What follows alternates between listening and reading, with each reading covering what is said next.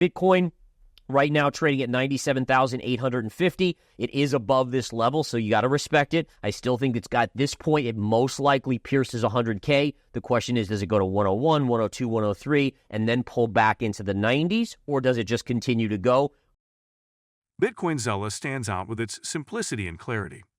We've crafted an experience that anyone can dive into, whether you're a crypto expert or just a new to the crypto world. Now, guess who keeps his eye on us? The author of best-selling book Rich Dad, Poor Dad, Robert Kiyosaki. And we want to take this opportunity and thank all the people who trusted us, and we read every comment. And the best part, it's free. Subscribing now means you will get all new information for free.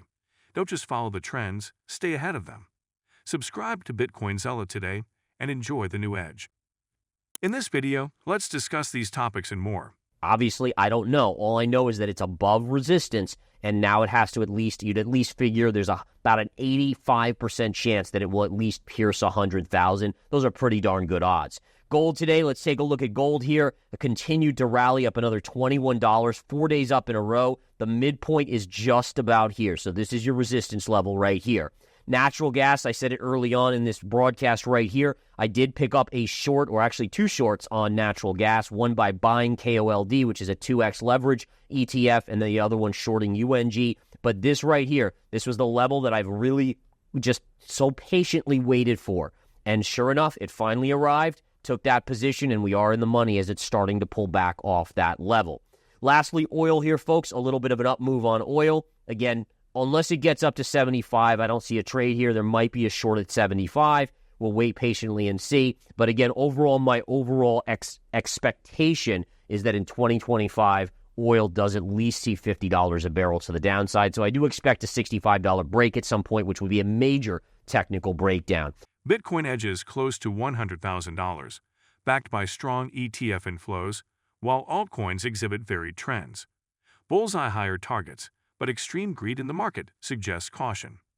The dominance of Ethereum in DeFi makes it the top choice for stability and institutional-grade projects, but Solana's speed and affordability could see it outpace Ethereum in relative gains. Binance expands its compliance team to meet the growing needs of the crypto industry and its user base. BTC and XRP challenge securities classifications as a legal expert argues underlying assets are distinct from investment contracts, intensifying calls for regulatory clarity in crypto markets. The SEC seeks to compensate investors in Mila Kunis-backed Stoner Cats NFTs, which were deemed an unregistered securities offering that violated federal law. Let's take a look at the data here, and we'll go over a couple other things. You can see today was a day where we had the Nvidia earnings reaction. Nvidia opened higher after being lower yesterday after hours. It then sold off and then rallied all the way back, taking the markets with it. Now, if we look today, we have the Dow Jones Industrial Average up 470 points, or about 1%. The NASDAQ only up 18 points, or about 0.1%. And the kicker is this. Nvidia is right slightly positive on the day, but if you look at Meta, Apple, those are mostly slightly lower on the day. So again, kind of a mixed bag in technology. We can obviously see the heat map over there. S&P 500, good day here, up about 38 points, or 6.64%. Oil today catching a little bit of a bid, eking back above the $70 per barrel level. Gold up again today, folks. What a buy level I gave you guys per chart analysis on gold. Again, it is approaching a level. We'll cover it in just a minute, where, again, I will look to sell my longs into, because I do think there's a probability of a pullback per chart analysis. And then lastly, Bitcoin right here. Look at this, guys, up $3,700 at 98,151. This morning we were at 99. We then dumped out into the 95s and now back to the 98s. Remember, generally speaking, what happens is when you get close to a major even number, it's like a magnet and it pulls it towards that even number. So I do still anticipate a break, a brief break of 100,000, maybe going to 101 to 103. Then the real test, can it hold above 100,000? Or do we see sellers come back in? All right, let's go over something else here. I have something big to show you guys. This is the intraday chart of the S&P, or the SPY. So each candle here is 10 minutes long. This was where we opened today on the markets, right? So if we look here, that's where we opened. We opened up. We then had a big sell-off to the downside. What does this have in common right here with this? What do you guys think? So obviously it was the lows of the day, right? So this was yesterday. This was today. You know what's interesting here? This is exactly at 10:30 a.m. And this right here, this low, exactly at 10:30 a.m. All right. Now, so my point being is why does this happen?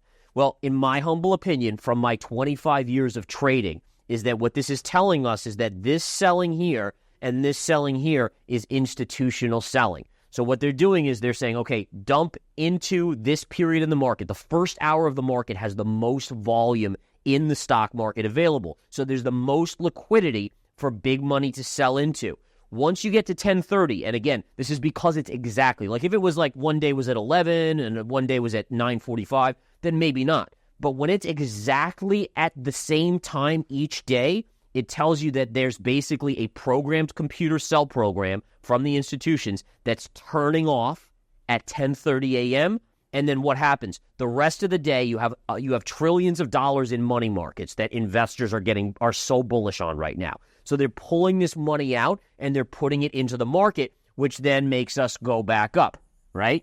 So again, very interesting to take note of this. What this tells me is there's distribution going on. Now listen, distribution doesn't mean the markets are going to collapse tomorrow. In fact, I don't think they will.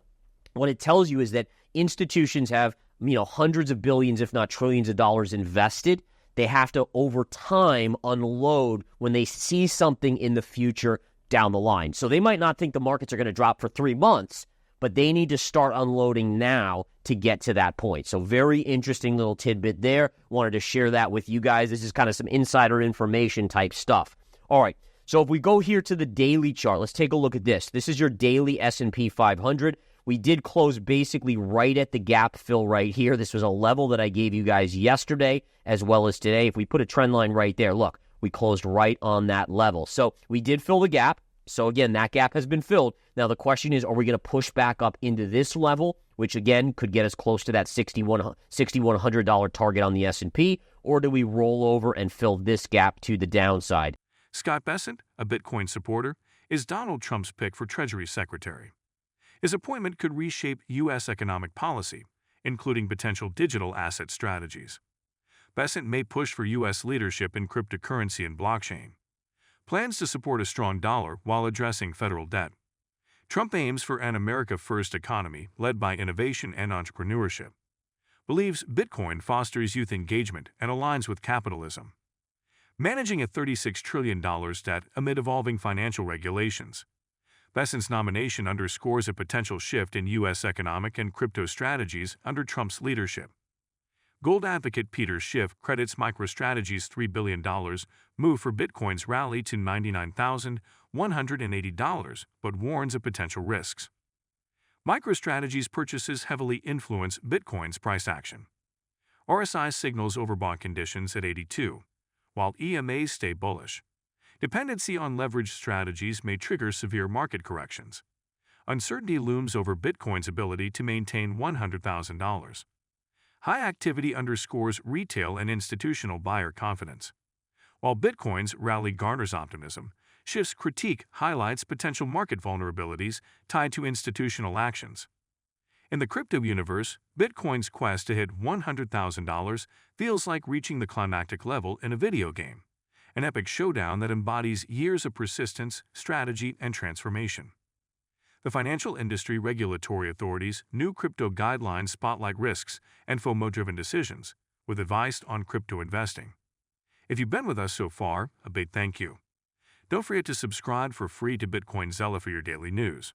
The link is waiting below. That's all for today's crypto news. Stick around for more updates, insights, and analysis on cryptocurrencies. Share your thoughts in the comments, like this video, and subscribe for more exciting content.